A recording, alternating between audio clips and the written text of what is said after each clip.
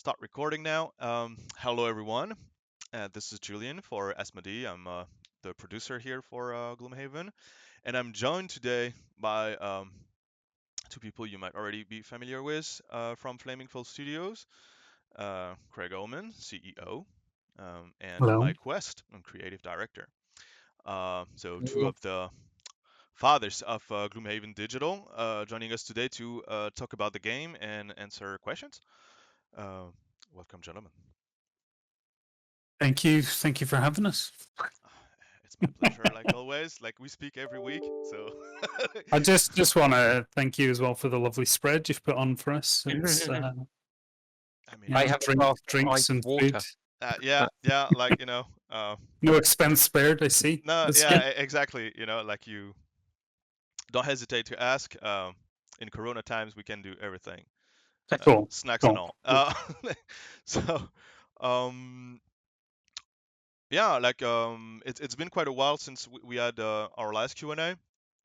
So I think I wanted to probably kick things off by coming back onto our last milestone, which was the last stitch, chapter 7 of Gloomhaven Guildmaster.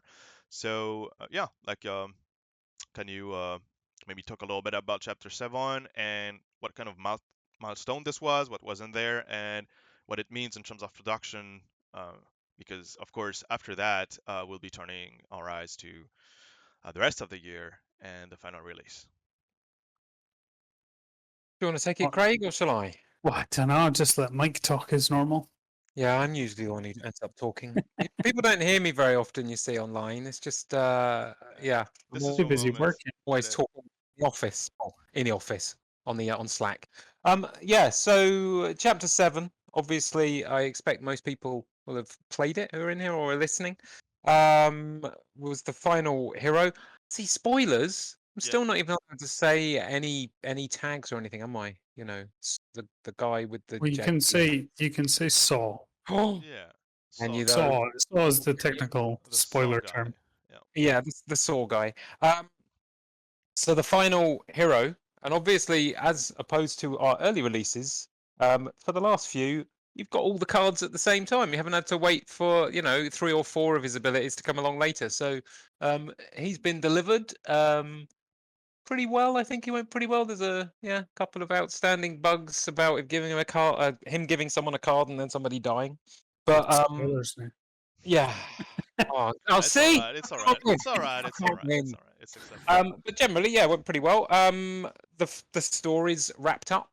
As far as the Guildmaster goes, so he has his own boss, and then there's a boss at the end when you've defeated all the other bosses. So Guildmaster, which was obviously the kind of, I guess the way you'd see it is a free alternate imagining of Gloomhaven campaign, is pretty much done. But that doesn't mean you don't get the whole of the Gloomhaven campaign from the box as well. So I think it ended up at around 150 quests in Guildmaster compared to well, again, I better not spoil it, the less quests in the Guildmaster, in the I don't think it's a spoiler. The 95 scenarios in I the let everyone in the else spoil it, campaign. then no one has a go at me, right? It's fine. As long as you want to give things away, that's not a problem. I know the rules. So yeah, I think so we got battle goals in as well. More items. So actually the interesting thing as of today, I think on the dev build, every item in the game is working in one way or another. So at some point they may appear. Again, I'm not a producer, so I can't give dates either. I just talk about the fun stuff. Yeah, and Um, producer don't give dates, so well, exactly. Yeah. So I'm pretty much a producer then. Um, yeah. So the items are pretty much ready. The rest of the battle goals are going in.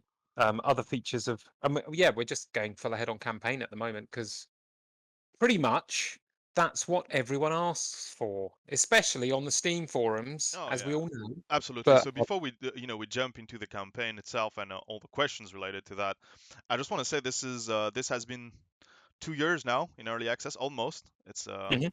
we're Feels like a lot longer. Thank you. Now, but, yeah, like it's been a while, right? Like it's been a long ride, 2 years in early access since we started. Um, a lot has been done. So yeah, like I wanted to, just take that moment to thank the community for being with us for so long. Mhm. And Yeah, go ahead. it's been really cool to be able to actually do a proper early access game. I think a lot of games come out into early access and they're really just about sort of a bit of polish and a bit of bug fixing and they're done, which is fine if that's what you're doing and that's what you communicate. But for us, it's been really cool to actually be in a position where we are massively changing things. Like if you go back and look at the builds we first came out with, like we've changed so much and taken on so much feedback. So yeah, it's been really cool to actually go through that process with the community and be in a position to actually make those changes. No, Yeah. absolutely. And I'll just grab a question that was raised by the community. Oh, by the way, I didn't mention it, but of course this is a question and answer. So we already collected some questions from the community. Um, Asmodee Air is in the chat right now, as well as Matt. So feel free to post your questions there, and they will relay them to us, and we can get to them. But uh, yeah, like there's a tremendous amount of things to look back on during these 2 years. And one question from the community was, what was the most fun part of this development process, and what did you struggle the most with? I think the fun part is what I've already talked about, which is actually being able to work with the community and build a game like that. I mean, Yeah. we've our history is in more sort of closed off environments. Our time working at Lionhead and things like that. That Yeah. you're really kind of you're behind closed doors. There's only a few points where you ever actually show anybody what you're working on, and then you're very limited on what changes you can actually make sort of on the run up to release. So yeah, it's just been really cool to actually have that communication, and I think Discord's brilliant for that. Of actually having a meaningful, useful conversations with people, and to be able to take a bit of feedback and actually have people that understand the process as well. So there's I think our community are really clued in general on kind of how things work and what's feasible and what's not feasible. And yeah, it's been really cool just to kind of go through that whole process. I don't know. The thing we struggle the most with is probably it's probably this similar sort of thing with the community in terms of just the sheer number of the understanding that has to come from the game and the fact that our community were experts on the game before we even touched it. And that's sort of bizarre. It's been cool, but it's certainly been a challenging process to kind of get up to speed with the game, and then having to actually not being allowed to work around some of those sort of constraints, because normally in game development you're sort of tweaking and changing things all the time because you're design come up with something and code sort of feedback and say, well, this isn't quite feasible, so what if we did it like this? And they end up finding something that kind of works that doesn't take 2 weeks to do. And we can't really do that, it's like, well, this is how the ability works. Okay, well, it's going to take 2 weeks to do. All right, well, I guess we'll spend 2 weeks doing it then. So that's particularly challenging, but it's been good. We've obviously sort of improved as we've gone along, and yeah, you can see like when we were first bringing out characters, we're bringing them out and like, well, okay, well, he's missing 9 ability cards or something, but we'll drop them in gradually, and towards the end we're just like, well, there's the new character and all of their abilities.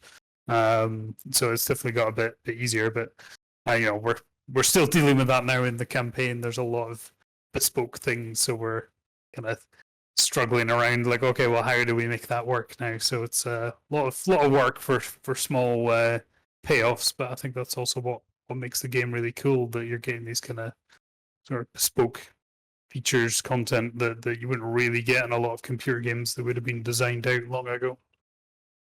Yeah, I think from my point of view, I think the coolest thing is getting to work on Gloomhaven, right? Because it's the #1 rated board game on Board Game Geek, which I've been on Board Game Geek for, God, over a decade, maybe 15 years, I think. If I haven't looked it up today, should have a look. You know, and I've owned 500 plus board games over my lifetime. I backed Gloomhaven. I had my own copy before we even were in conversation with Asmodee. So Isn't having that, bragging, that's true. yeah, but having that initial conversation where you guys said, "Do you want to make Gloomhaven?" I'm like, "Yes." Mm. So that was super exciting, No, and obviously, yeah, super privilege yeah, for us.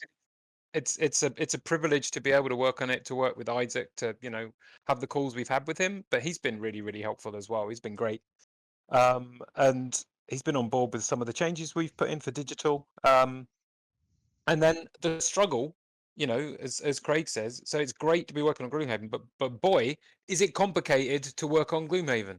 It's #1 for a reason, because the depth of systems and rule sets and options and combos and characters and enemies and quests and everything, and then adding all multiplayer into that as well, has been challenging, and much like we said earlier, with thanks to the community, it's thanks to the community that we've found all of, well, not all of, because we're still in early access, but we're finding a majority of the issues, and the reporting that's coming in.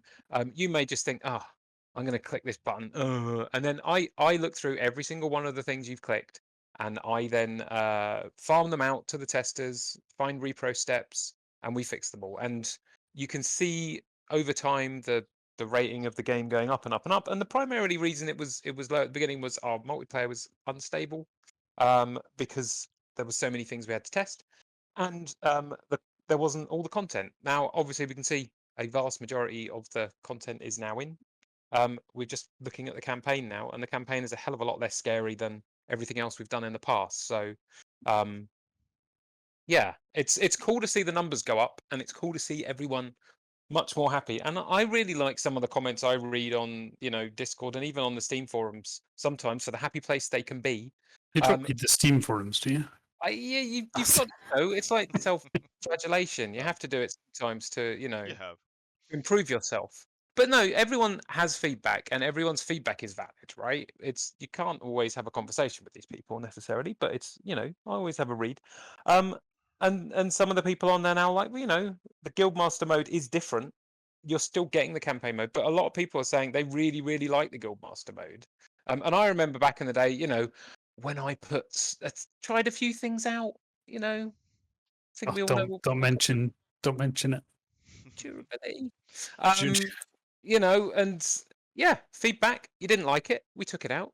Everyone cheers up. It's cool, right? This is part of the process of creating a digital side content to the core game. You're still getting the core game. We're not changing the core game. You're getting something else on top. And as the community has realized that, it's been really good to Yeah, engage with everyone. and allow me to bounce off of that, because like there has been, of course, as we're turning our eyes towards the campaign release and finishing the game, basically there has been question as to how respectful would we be, how we would stick exactly to the campaign, its mechanics, its specificities.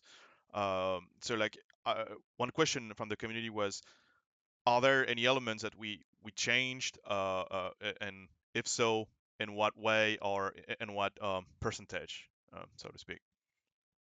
Yeah, so obviously there've been one ability change so far, Yep. which is Yeah, only one. Tinkerer ability. Yep. I won't say the name. Level 9. Um, and there's been a few items that have changed. The Tinkerer one was primarily due to the huge amount of testing that would be needed on one ability, because obviously every character would be able to play every ability and every combination of every ability. So to change one card halves the complexity of the whole game. So that was that decision.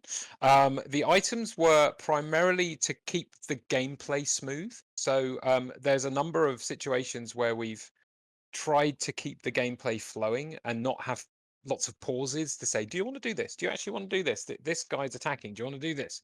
because it would just slow the whole process down, especially in multiplayer where you'd have to wait for your allies to sign off every single enemy attack, which wouldn't have been a fun experience, especially for those who haven't played the board game and don't understand why they have to wait every single time an enemy attacks because Right. someone happens to have an item. So there's also going to be a few, I think a few is 2 or 3 changes in the campaign for similar reasons of, either speeding the gameplay systems up or just avoiding implementing a hugely complex set of systems for one quest, right? Right. So the story won't change and the number of quests won't change, but there's like 2 or 3 quests where a rule may be tweaked is probably the best way of looking at it. And again, we've talked to Isaac about these. He's happy with the changes. Absolutely. We'll roll them out to everybody, and we can have those discussions like we had with some of the items as well, I think, over the time. So it's similar to, like, the AI, the players getting to choose where the AI moves. Now, obviously, in the board game, you cannot have an AI in a physical board game in front of you choosing where the enemies move. You can't do that because it becomes so complicated that there are situations where there's a random chance of it going into different places. So obviously, if you're playing it yourself, you have to make that choice. Right. And some people are saying, well, we want to have that choice in this game. And the point is, if you then give that to someone who's used to playing digital games where the AI makes choices, suddenly you're choosing where the AI moves, and they get very confused. Like, why is this in a game? This makes no sense. So for the digital implementation, it's something we chose. And again, talk to Isaac about it. It makes more sense for enemies to choose where they go. Yes, it means some abilities become slightly stronger or weaker, and there's other parts of the game which are tweaked slightly with balance. But then, Gloomhaven is a game of varying balance across classes, across quests, across items anyway, right? So yes, it might make the game a little bit more difficult, but there's a lot of content which makes the game easier. So it's not as though the game suddenly becomes impossible. The game becomes a little bit trickier in some places, but easier in other places. So overall, it kind of balances out. All right. So yeah, like basically we're doing 99% like sticking to the Isaac's campaign with a few tweaks here and there on the scenarios and for reasons that Mike just explained. So I'm gonna pick a few questions about the campaign specifically that came up. So let me see what we have here. So will we be announcing live a release date? No, guys. I'm sorry, we won't do that. So of course we are very much committed to releasing this year. We've said it in the past, and I do maintain that. Um, but we're not quite ready yet to give you a release date. We will though. We will. um, Soon TM. Um, However, what we can talk about a little bit is our ambition to go into some sort of a beta state over the summer. When we feel the game is in the right place, we will, put it in beta for people to play slowly. Starting small and then opening it up more and more as we go until it reaches full open beta, and then, of course, release. Do you guys want to add anything to that? Yeah, I mean, I think it's just going to be, again, something that we'll work closely with the community on. So it will be kind of an invite only uh, beta that we'll be doing first of all. But Mm-hmm. it's really just about trying to limit the numbers because there's only so much that we can actually feedback on at one time, and we definitely don't want everybody to come in, play for whatever a couple hours, and then all hit the same issue, and then everybody like, okay, I'm gonna wait until the final release. It's like it's better to actually stagger things out for us so that we're getting a bit of feedback kind of drip feeding in so that we can get people in, play some games, get some feedback, get some issues, fix them, right, get the next batch of people in. So it'll kind of go like that. That we'll be sort of drip feeding people in, and we'll definitely be looking at sort of the most active people on the Discord to be the first few people that we sort of invite in there. We've obviously got our closed beta already that have kind of been working away behind the scenes. Yeah. For about 2 years as well. So but yeah, we'll kind of run that through the Discord anyway. So yeah, we'll just start inviting people to that one when it's ready. Yeah, it's gonna be good. I'm looking forward to having people in playing it. You've also got a campaign with 95 quests, and if we're going to be tweaking things based on feedback, and I don't mean tweaking the gameplay system so that it's different to the board game. I mean, if we find out quest 37 has an issue and quest 87 has an issue, it's better to find that with a smaller group of people, because then people don't feel as though they have lost campaign progress and things like that. So this is why for us the release has always been an important moment where the game is ready for release, for us to give it to the largest number of people possible. And that's why we've been in early access for so long. We could have not been in early access and just gone along quietly and taken the same amount of time to dev the game and then released the whole thing with every single character and every single quest in at the same time. The size of the test team would have been quite large, I think is probably the best way to describe that. So again, we appreciate all the help the community's been giving us, and we're just carrying on doing that because it's working, right? It's a great way of allowing us to develop with you guys. And there'll be certain quests where people are like, well, we assumed it would work like this, and then we'll have discussions about interface and stuff of a certain quest objective, and then we'll update it so it's better, so that when more people see it later on, that quest's a better experience. It doesn't mean it was bugged per se. It could just need improving slightly. All right. So let's just jump in the next question. Oh, okay, this one. Let's talk about envelope X. So let's, or rather, let's talk very minimally about envelope X and uh, like the reasoning, like because there has been rumors, right? That we wouldn't be including it, which I can confirm. Um, and why would we like this is the one thing that we won't be including envelope X and uh, whatever it contains or may lead to. So I guess I can take this one. Um, I don't know how much I can say about it though, but basically there Well, is, uh, there is a certain amount of content that is associated to envelope X, and that is available to players if they do certain things in Isaac's campaign. Um, and like this content, so there's two reasons why we're not doing it. The first reason is like said content is extremely specific and complex and would have been a challenge for us to do. And the second reason is we felt like this is, you know, somewhat of an Easter egg in Isaac's campaign. It's like a very like it's very much his thing, a board game thing, and we didn't feel like like it was matching the our own digital campaign and this Easter egg thing needed to remain very much a board game thing. But um, we're thinking about doing our own stuff. We'll see about that. But yeah, definitely this is Isaac's Easter egg, and we wanted it to remain um, in the board game. Um, what else do we have? we're just letting you fall on that grenade then. Yeah, I mean, I had to. It's there. I mean, like it's there. I'm taking the hit. Um, will the narrator have voice sound on full release? Yes.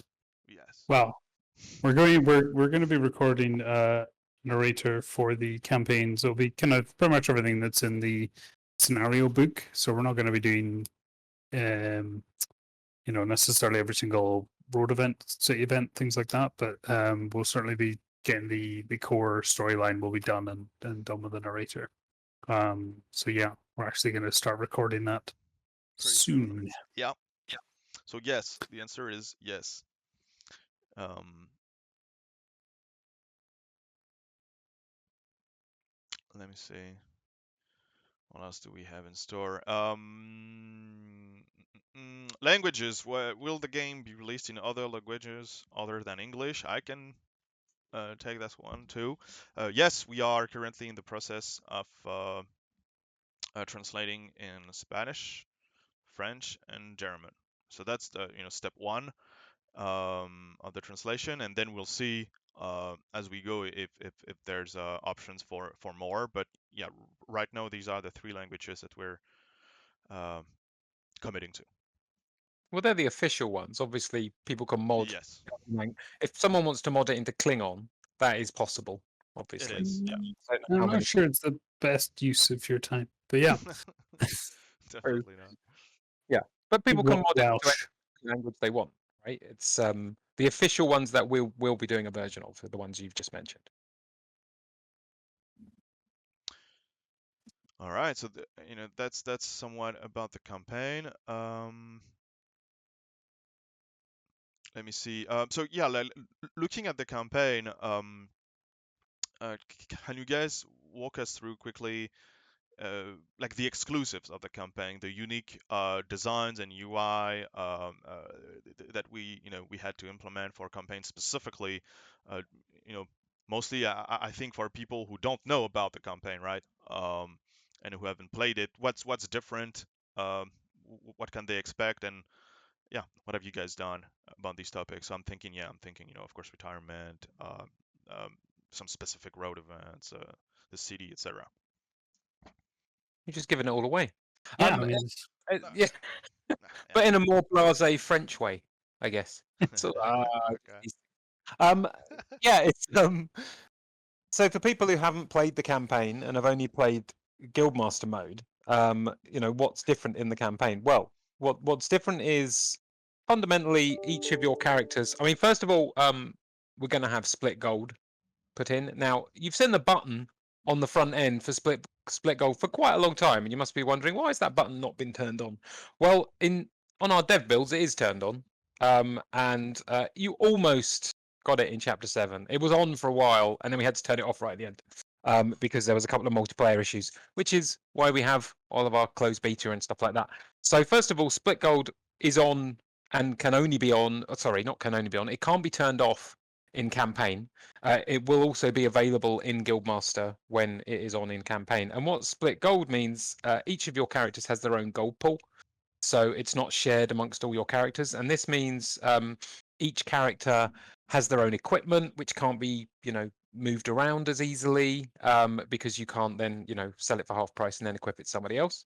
And this really means that who the character is that loots a chest or even loots gold, who gets items from events is much more important than in Guildmaster Mode. Now, in Guildmaster Mode, why did we not have split gold in Guildmaster Mode? The primary reason is we wanted you to play with as much as possible because we wanted to find all of the issues, right? As blunt as that, to be honest. If we can, this is why we allowed you to respec your characters, remove enhancements, everything else, right? We want you to have as much freedom to try every single combination of everything as you could. But that's not how the campaign works. The campaign works by kind of, making you make decisions and sticking to them. So split gold, yeah, that's the first thing that you'll find is different. Then you have personal quests, which is when you create a new character, that character has a quest to complete. Again, same as the board game. And once that quest is complete, you'll get a reward, which is quite often unlocking a new character. So obviously in Guildmaster mode, you unlock new characters by doing achievements. So in the campaign, you unlock characters by finishing a quest for each individual character. And individual characters you can name as well. So it isn't just Cragheart, for example. You can call the Cragheart what you want. And again, we're hoping to get that back over into Guildmaster mode as well, so you can have named characters. You can't have more than one of the same character in the same party at the same time, because that would be entirely broken from a balance point of view. But you can have more than one of the same character with different setups, etc. So one of the things, for example, that I can probably talk about this for hours. You probably don't want me to. So one of the things that's different, for example, in campaign mode, is that when you roll up a new character of the same class as a character you've had before, you won't get locked into their enhancements. because obviously you haven't stuck the stickers onto the cards. So again, we talked to Isaac about this. We said, do you want this to actually be the way that if you have put this sticker here, it must be on this position for every character in the future? And he was like, no, I mean, that's done in the board game because you have to, because we don't want people taking stickers off cards because it will damage all the cards and everything. And I said, do you want people to be able to take stickers off the characters that are currently being played? Yeah, he said, I think that would be cool. We should allow people to, change the direction of those characters to a degree. So there are a few tweaks like that to some of the systems, but primarily via Isaac rather than me saying, this would be cool, let's do this. That's not how we roll. We talk to the people who design the game in the first place. Other elements that are different. So there are a few kind of hidden achievements in the campaign. Right. So obviously, if you play the board game, there are things written in manuals in places saying, when this happens, do this. So rather than have that in your face in the digital version, it's kind of going to work behind the scenes. So if you really want to spoil it and you've not played the campaign before, you can probably look up the rules of the board game and find out exactly what they are. But otherwise, while playing the game, things will happen, which is, I think, kind of a more RPG way of, playing a game rather than having all these specific achievements you want to do to unlock these things you don't really know about. So that's a decision we made. So the achievements are there, but they're hidden behind the scenes. A bit like, just playing something and then, if you're particularly evil, something might happen and vice versa. Cool stuff like that. What else? Anything else, guys? Well, I think they get the gist of it now. You want me to shut up? All right, fine. Absolutely not. Oh, go on. I mean, I love listening to you, man. You know that. There are a couple of other little things in terms of how we do the enhancements. Like it's a slightly different restrictions Right, there. absolutely. We brought in a sort of the enhancement points system for the Guildmaster, whereas in campaign it's controlled by prosperity. Prosperity. Don't say it with a question. say it with thought. Prosperity. It's prosperity. Not prosperity? Yeah. Yes, definitely prosperity. That I remember. So there's a few little changes there. So and item cost and stuff like that based on your reputation and things. That's all. Yeah. All those systems will be in. Don't worry. So there is a number of questions, like following upon that about stuff that will come or won't come in the campaign. So I'll just list some of these questions, and you again can give us your take on it. So there's a number of questions about changes that occurred in Frosthaven regarding the advantage, disadvantage changes that were made there, and also different rules update, quality of life changes around push pull as well, and summons. So yeah, are we including that in Gloomhaven? So this is the problem with having a development time of 2 years, you see, is that the game you're working on changes. Yeah. So obviously, the first version that we are going to implement is going to be the original version. Yes. Because that's what we've been working on for 2 years. So we, as everyone in the audience and everyone listening to this later will know, everyone wants the campaign. So we are concentrating on the campaign. That is the only thing we're concentrating on. So rather than go, well, we're concentrating on the campaign and at the same time redo these certain things, that means the campaign will be later. And as everyone, wants the date of when the campaign's coming out, the first thing that will happen is the campaign is going to come out. So at the moment, we're sticking with the original rule set. Based on once that's done and everything else and the release and there's no bugs left and everything else, we'll look at what else we're doing, right? So I can't make a decision exactly now because we don't know where we'll be, in the next few months. I don't mean physically, I mean development-wise. But in theory, the plan is get campaign out with original rule set. It's like there's a few other things we can say, oh, maybe we'll turn this on, maybe we'll turn, maybe there's an option in the menu to change this rule set. There's things in the backlog saying house ruling this rule or that rule. So this to me is one of those house rules. So initially, the game will come out with the original rule set. I think I've just spin around in a circle and said the same thing 3 times. So there we go. All right. Next one is there any appetite for a full control mode that would have players choosing things like, yeah, as we talked about, ambiguous AI movements, allowing some item uses during the resolution of an attack? I think I know the answer to that one. But the person says it changes how 3 spears, 2 minis, and the circle class play out. It does. I'm going to say no. We are not going to change that, and the reason I'm going to say that, I can hear virtual groans from the Gloomhaven aficionados.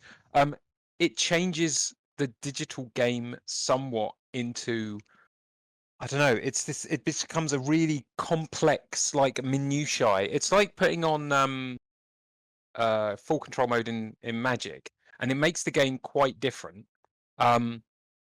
And it is the original board game, absolutely. But this game that we're making is slightly more, for people to pick up and play and just get on with it. Now, it does mean that those classes explained then are, a percentage point or 2 weaker, and we get that. But I don't think anyone can say that something like 3 Spears isn't an incredibly powerful class anyway. For example, there's things in the game, which really are reasonably unbalanced, I would say, but that's part of the charm of the game. I think in some respects, if you're playing a multiplayer game and your friend is pausing within their own attacks to refresh items and then plus put them onto other attacks and then refreshing them again, I think you're probably going to stop playing. And we don't really want that experience to happen. Now, again, if there is, this comes back to the house rule question we talked about, last question. Yeah. We'll see how development goes. The plan at the moment is not to do it, and then we'll look at where we are and we'll go, right, which are the most important features people are asking for, how well's the game received, etc. I mean, it's doing pretty well at the moment. We're up at 90% recent reviews. So it's pretty much, what's the next important thing that everyone wants? Yeah, exactly. Is the most important thing that everyone wants at the moment the ability to pause every attack and refresh every item within the attack, or do they want the campaign, right? So at the moment, people want the campaign, so we're focusing on the campaign. If the campaign gets completely finished, every bug is fixed, etc., etc., etc., we can look at the next thing on the list. I think that's probably the best way to explain it. Absolutely. There's not an infinite amount of dev time we can spend on a game, but absolutely we're going to prioritize what most of the people want first. Well, It's probably which gives me the perfect transition for the next question. Is there any chance of speeding up the game slightly by doing something around animations and their speed? potentially, yes. So this is something, Ah. for example, which comes up a lot, right? Yes. So this is something, and this is something which the digital game does suffer from to a degree. The interesting thing is, I quite often get people suggesting, well, for example, when living bones have to heal and shield themselves, they're like, why can't they all do it at once? Because one of them might be wounded, and if one of them's wounded, it might be dying before it heals itself, which means you have to play everything out in order, because if you don't, the game will break, right? So we do have to do it in order. But absolutely, we can allow you to go into a mode where the game does it all faster, right? And this is something we've seen, and I think it's a fair thing. It obviously won't look as good because everyone will be, as we say in the UK, everything will be a bit Benny Hill, right? Everyone just Right. sort of runs a bit faster, although he's not really, accepted as a great comedian anymore. But the sped up animation of everyone running around is generally that's the term we give it. So potentially, yes, everything we can speed up quite a lot of stuff, and then the game can pass faster, because I think that's what a lot of people want. I know a bunch of people have said, well, do you want to remove animations completely? I think that is quite a lot of work, because you have on-hit collision systems and you have movement systems, locomotion systems, and removing all those kind of things would actually be quite dangerous for dev. And again, suddenly the feature that you want takes a long time. So there's potentially something in the middle there that, yes, we are looking into a mode where you can speed up the game and can get through more missions more quickly, which hopefully should please a lot of people. Like in terms of spinning up, there's another interesting suggestion in the chat. I haven't seen that one before, which is like speeding up the taking damage phase by automating the choice, like always, um, you know, No. always going in the HP. So okay, there you go. No. No. I understand that when we had these conversations right at the start of the project of like maybe we should do this and just take the damage if you're at full health or something. But again, there's just so many edge cases that's like it's just not worth the risk. What we have added is the ability to assign hotkeys to those kind of the three default buttons, kind of the left, center, and right. So you can set that up so like spacebar can be receive damage, Right. so that you can quickly just hammer through it. It does tend to cause more issues for us. I'm sure there's a few bugs around that. People hammering on those keys, but People hammering keys. yeah, stop hammering all the keys, everyone. But yeah, you can set them up to you can even have it on like skip, movement, skip the attack and stuff, so that when you move 3 with a move 4 ability, if you want to skip the rest of the action, you can just put that on a hotkey, or even assign it to a mouse button if you've got some spare. So we have done some some stuff around that so that you can try and speed that up, but any sort of like automation just leads to the problems of so many items and abilities and everything. There's like that might not work. No. A couple more suggestions or questions. Do we have plans to or have thought about adding the shared gold mode into the campaign? You get real problems. Yeah, you get real problems with shared gold in the original campaign due to the number of events that don't give shared gold, due to people retiring. As soon as you have someone who retires and leaves the party, and we didn't actually talk about that earlier, that was obviously one of the major features which we just sort of just skipped over. When you finish your personal quest, you retire. That character is no longer in your party. They stop adventuring. Obviously, those characters can have a hell of a lot of stuff. If they've played for quite a long time, and if you can just sell it all and give it all to someone else, it kind of breaks the balance. Guildmaster's designed around it to a degree. Obviously, some people have played Guildmaster Mode quite a lot, have quite a lot of hours, and have quite a lot of gold. And some other people we've noticed from save games are just flat out cheating using mods. But that's fine if you want to do that. We're not precious.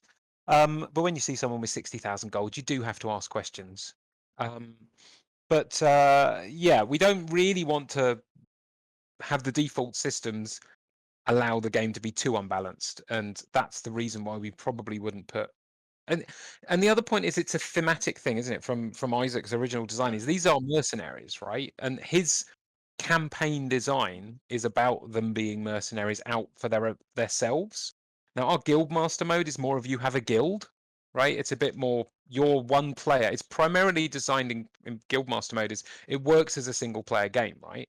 Whereas the campaign feels more multiplayer because you're each playing an individual, or maybe multiple individuals. But in the board game, you would probably have played one. I know I was playing one, for example. But when you've got digital, a lot of people are going to be sitting down on their own playing on a computer game, right? So the very first version we wanted to give to people was you're playing all the characters. Whereas when the campaign comes out, yeah, it's a bit more pushed in. You're playing, 4 individuals, which is slightly more schizophrenic to play. Because your scoundrel doesn't always want to, let anyone else have any money, because that's kind of the best way to play that character. Absolutely. So like I think the person was already also asking about that if there would be options for players to mod that in, and I would understand that because I love shared gold, like personally, which is a good transition to my towards my next question. That would be, what is the state of modding at this very moment, and what can players expect modding would be coming closer to release? Like, are there limitations of things that they can do, can't do, etc.? The modding, better than me. Go on, Craig. Yeah, I think the modding just now is really powerful. But the problem we have is that we don't really provide any support or documentation on how it all works. So if you're like us and have spent years working on the game, then you could do anything, because pretty much anything in campaign or Guildmaster is moddable. So you could create your entire like an entire mode that would just be your version of the campaign, or Guildmaster. You can modify pretty much anything in the game you can think of in terms of the abilities, the items, the monsters. Like there's so much stuff you can do, but we just don't provide. There's no documentation that we have that we can easily provide to people to say like, okay, this is how to go and learn how to do that, and that is something that we're trying to work on, but at the same time we're trying to get the campaign done. So there's only so much time we can spend on it. So we would like to kind of come round to that towards the end of once we're getting the campaign done, that we could provide a bit more details on that. But really, the modding tools that are there just now are incredibly powerful. People just don't really know how to use them yet. What I'd say is you can, in theory, I mean, Craig says it's powerful, but what you can do is you can create you can change all of the heroes to change all of their abilities. What you can't do is change their physical appearance or their animations they're playing, but you can trigger things off all those existing animations. You can change every single quest in the whole game. You can change every event in the whole game. You can change every item in the whole game. Right, and you can redesign them into a lot of different ways. Now, obviously, you can't create a completely brand new ability that doesn't exist at the moment with none of the systems, but there's so many systems that exist now that you can use all those systems. You can use all those filters to have abilities that only do things in certain ways, and you can go crazy, and create a whole new game with a whole new campaign and everything. And you'll be able to create a whole new Guildmaster campaign or a whole new campaign, right? Board game campaign. If you want to, I'd advise working with other people if you wanted to do that, because it's a lot of work, as we know. But yes, it's all possible. The only things you can't do is change messages and animations and particle effects, really, because you haven't access to the Unity systems. I think one of the questions, like related to that was, are people able to add their own, for example, for Frosthaven classes, or like their own custom. So like, visually, it's not possible, right? Correct. Everything Someone Unity in based theory, is not an option. yeah. The thing we were talking about earlier, which we can't talk about, someone could create a version of that, which you'd probably be able to make 60-70% of it at the moment, I would have thought. It would have to look like another character, though. Yeah. There are some stuff we're looking at that we could change the hue or the color of existing characters, so that you could take the Cragheart and then make a slightly different color variation, so that you could then have those two characters and that they would look a bit different. We're also looking at some crude stuff to allow you to change the sort of thickness or thickness of the characters.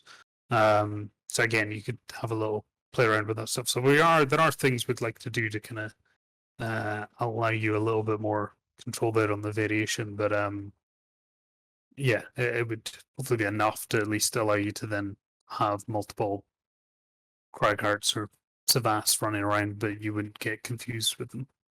In theory, every YAML file is moddable, is the best way of looking at it. Yeah. All right, and like, which brings me to the last big topic I wanted to discuss, and then we'll go into more follow-up questions, which is, what are the plans around post-launch? Are there things that we're studying?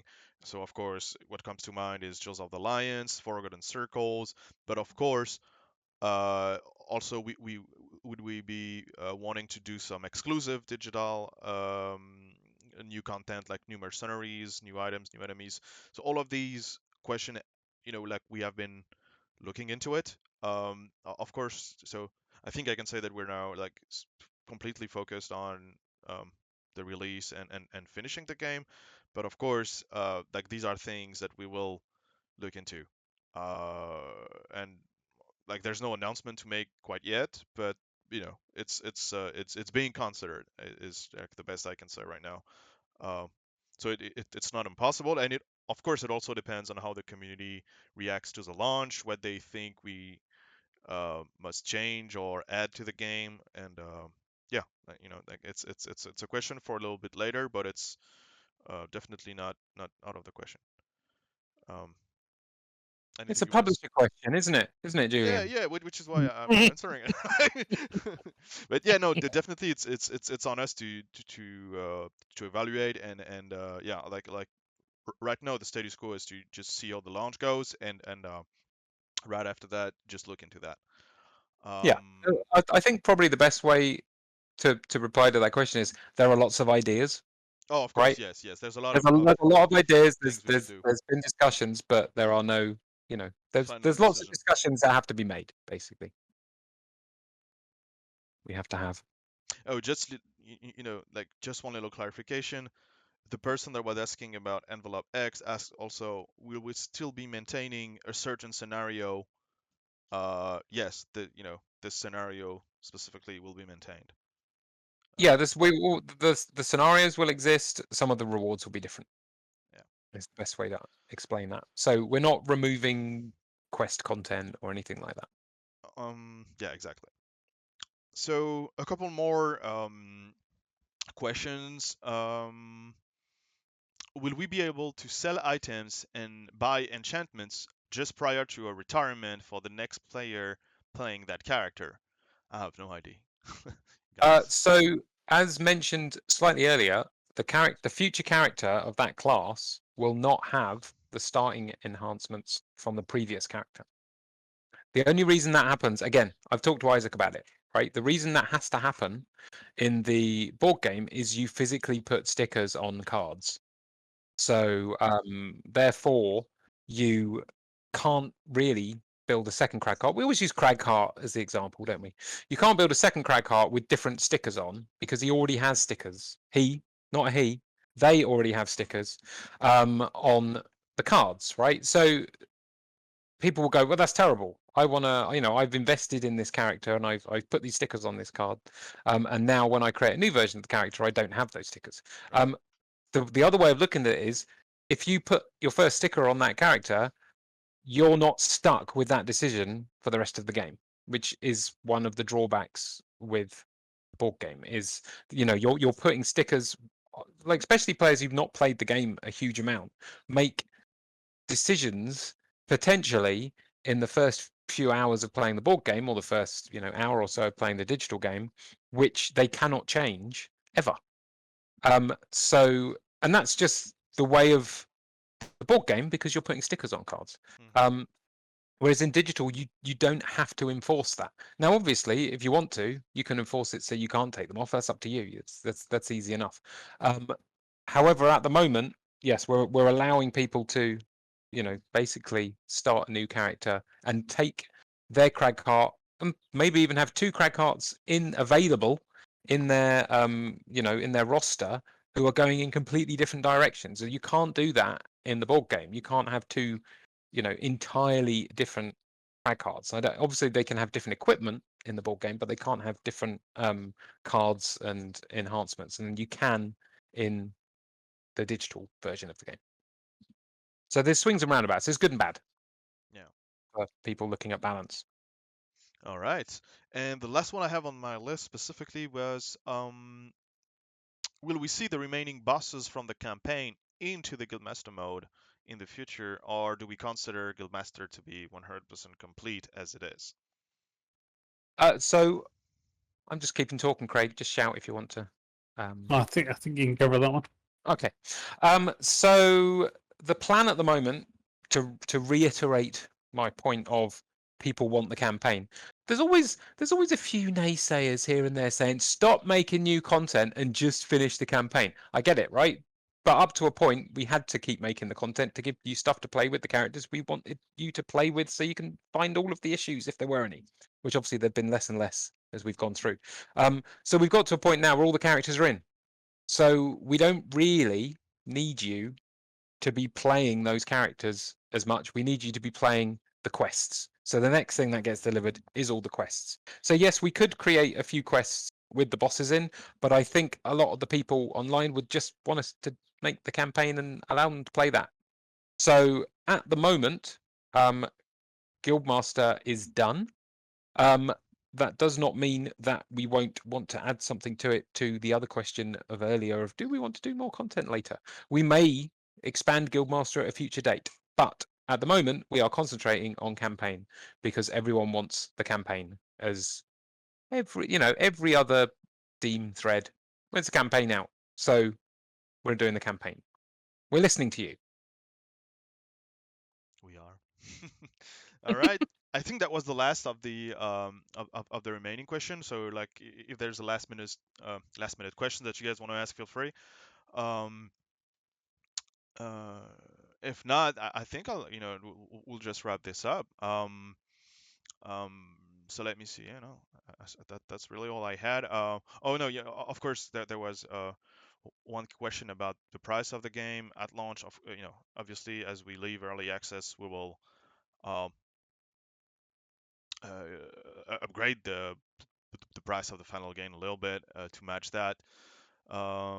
As was. I don't think putting the price up is upgrading it. That's a very Yeah. production. It will go up. The price No, will go up. it's my me not being a native speaker. How would you say that? All right, Raise the yeah. price, you would say? Yeah, Raise the price. increase. Yeah. Increase. I think Okay, so we upgrade the will price makes it increase sound. the price at the Yeah. end of early access, not upgrade it. Sorry.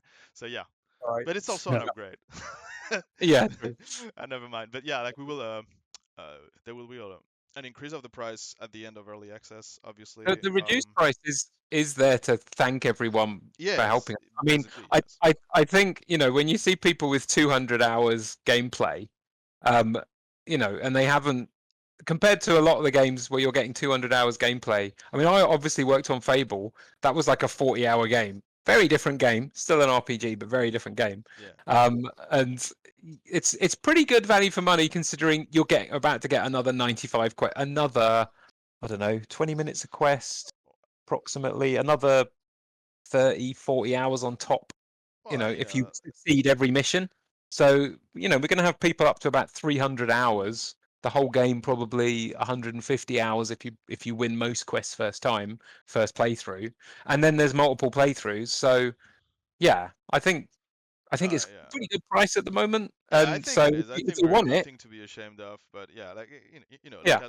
I'll leave that for the players to decide, of course. Well, yeah, I think it's the other point that people, there's a lot of people out there saying, "Oh, I'm waiting for campaign to go in, and then I'll Right, buy it." yeah, And it's like, great, it will be in when the game's released. Obviously, it will be in for beta before then, but it'll be in when the game's released, and then you can pay us a little bit more. That's right. yeah. That's always true. But if you want to Every, help us in early yeah, access, buy it now. It's every, it's up to you, really. All right. So no, I think yeah, I think we've circled around all the questions. Let me see. In the chat. Oh yeah, I think we said it all. I'm getting pinged by Axel for asking a question we've already answered. Which is around Uh, the DLC Yeah, the after the DLC, campaign Forgotten release. Circles, yeah, like I'm saying it, Joseph the Lion, Forgotten Circles, or also like another option would be, like some stuff that uh, is digital exclusive, where the guys create their own, I don't know, characters, anything. So yeah, all of these options have been discussed. All of these options have been considered. Um, You need to be honest, Julian. We need to talk to Isaac a bit more about it, of really. course, yeah. Also, we need to, That's the discuss these primary, and options. and Yeah, yeah, Isaac no. Like, Isaac's very busy with a game he's also, making. yes. So So, yeah, like and we're he's very in the busy with middle a of different game. So, yeah, he's in the it's middle of Frosthaven. So yeah, like there's a lot of conversations to be had around those. yeah. We want to see how the launch does. We want to talk to Isaac. We want to evaluate what we can do and what's the best. So yeah, like there's a lot of conversations to be had, but all of these are still in the world of possible. Yep. Um, So maybe. so maybe. All of that to say maybe. Well, yeah, thank you for being with us. I think that concludes this Q&A episode.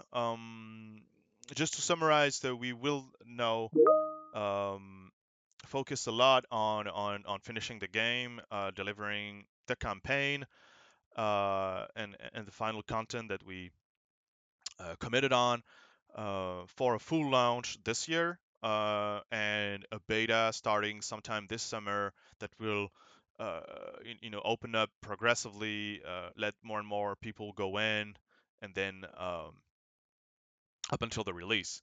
So again, warm thanks to the community for being with us all this time. We're almost into 2 years of early access and seeing the light at the end of the tunnel.